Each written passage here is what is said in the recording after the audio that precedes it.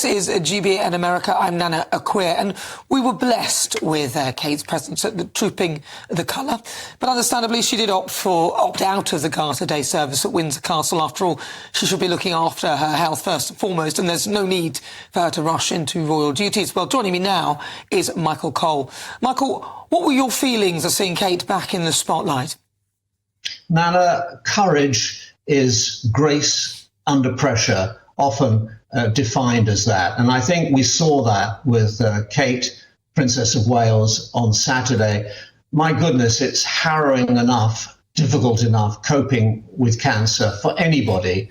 But for somebody to have to do that, knowing that the eyes of the world are upon her, 1,000 lenses looking at her, at the same time as she's undergoing chemotherapy, preventative medicine for the undisclosed cancer from which she is suffering. What an ordeal. But didn't she carry it off with great dignity and with great elegance and with great stoicism? I come back to the word courage, because not easy to do, and not easy to do while looking so brilliantly beautiful. I use the word advisedly. She looked beautiful. She looked adorable. I mean, if you and I went to a Hollywood casting agency and said, please cast us a princess, Audrey Hepburn and Grace Kelly not being available, they come up with somebody like Kate, the Princess of Wales.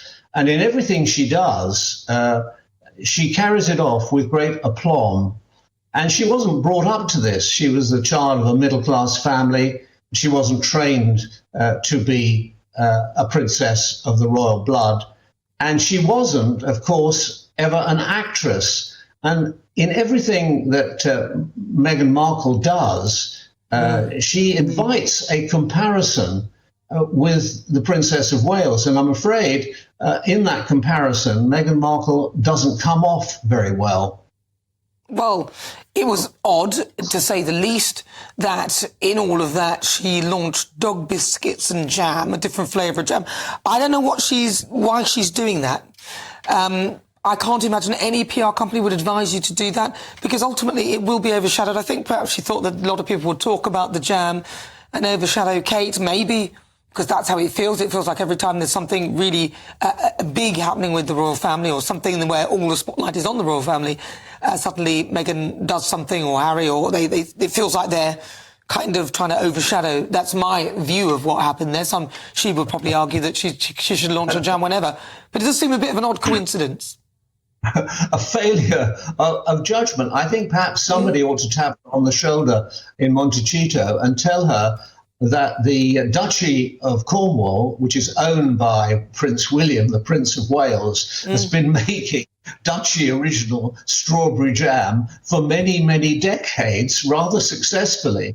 And you can buy a jam at a well-known supermarket for £2.65, whereas I think some of the celebrity jams being retailed by personalities and famous people in America are being retailed at something like $250 for a starter. So I don't think that in the war of the jams, she's a loser. She's a late starter. And I don't know what she expects to gain by that. Are they so desperate for cash that they have to come out and bring out a retail line of jams and other things which we can all do without? It's a mystery to me.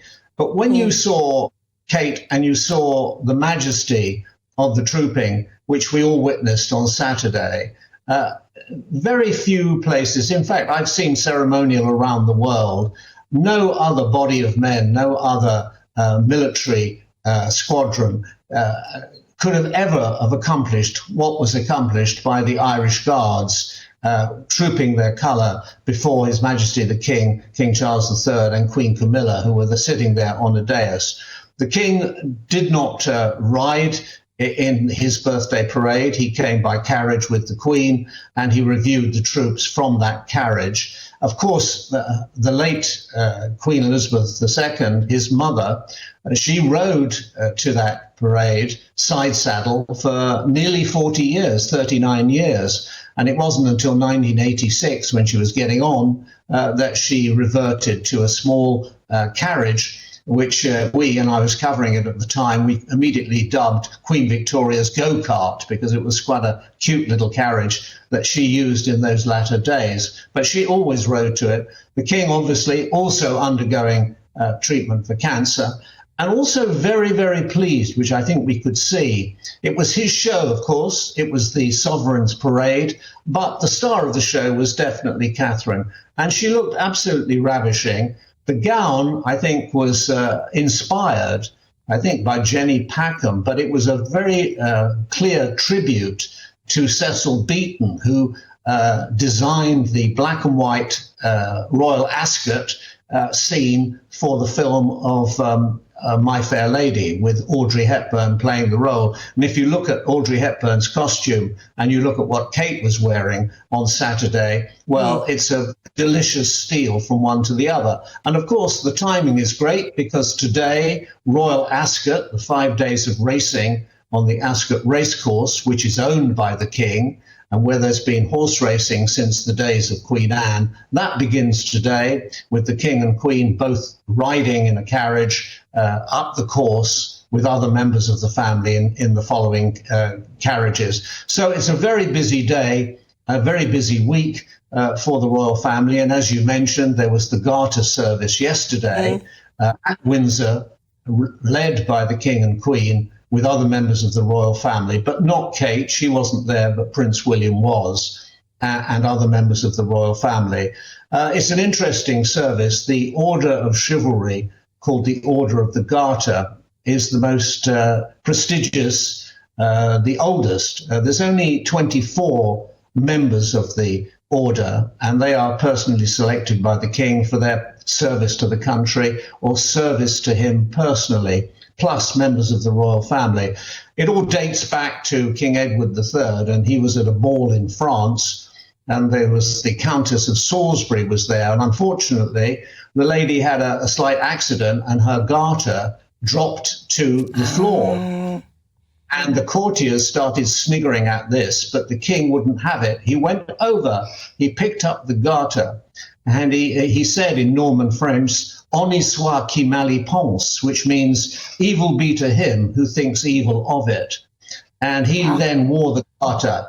He wore the garter ever after, and that is a sign of chivalry and respect, particularly for women, but respect for your fellow men. And it's a very important thing. You and I probably won't be invited to join, Nana, but we'd quite like it if we did, to wear those big plumed hats. Yeah, oh, I'd love a hat like that. Lovely, oh, yeah. And you did actually mention Catherine's dress, and I agree. She looked incredible. But, I mean, she was very brave to wear white, because as a woman, there's no way that, because for me, especially with my darker foundation and everything, I'd be worried of, marking the dress. So she was brave as well to wear white. It's like, that is a show of strength and very, very impressive. But the other thing is, the children were there as well, which I thought was lovely. And what is so nice about that is that you saw the wonderful family, the unity of family, and you saw King Charles and Queen Camilla on the balcony. They're all united, and it really kind of made me think, I do feel sorry for Meghan and Harry's children, that they won't get that contact with their grandparents on either side, which was the point I was making in my monologue. Absolutely right. Which is a great, great shame. It was very important to the king that there would be a good muster of the members of the royal family on the balcony. But missing were, of course, Prince Harry and Prince Andrew, for other reasons we don't need to go into here. But Prince Harry has gone into self-imposed exile in California with his 2 children and his wife and his rescued chickens. And it's very hard for the king not to see his grandchildren, Prince Archie and Princess Lilibet. He's only seen Prince Archie on a handful of times, and Princess Lilibet only once. Now, when they were last in this country, in Britain, they could quite easily have had Princess Lilibet christened, baptized at St. George's Chapel at Windsor, but they chose not to do it. And the king, obviously, he's had a tap on the shoulder. He's got cancer. He realizes time is short. and he desperately wants to know his grandchildren.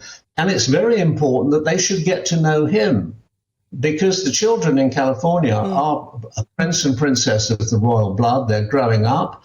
If their whole existence is going to be in California once they go to school, and they'll be completely centered there, they'll miss out quite a lot. And I think Prince Harry perhaps is aware of this, because there are stories now that he wants to get a house back in this country. Perhaps there are things about this old land that he's missing. Of course, maybe Meghan Markle doesn't see it that way. But as you say, and I think this is the key point, not only do those children not know their grandfather, the king, they don't know her father, Thomas Markle, either. She is not on speaking terms with her father. She is not on speaking terms with most of her family, apart from her mother, Doria, and I think one niece. Apart from that, she has no contact with them. And yet these two are always going on about their love of the people, the love of the world, spreading health and harmony and kindness and truth.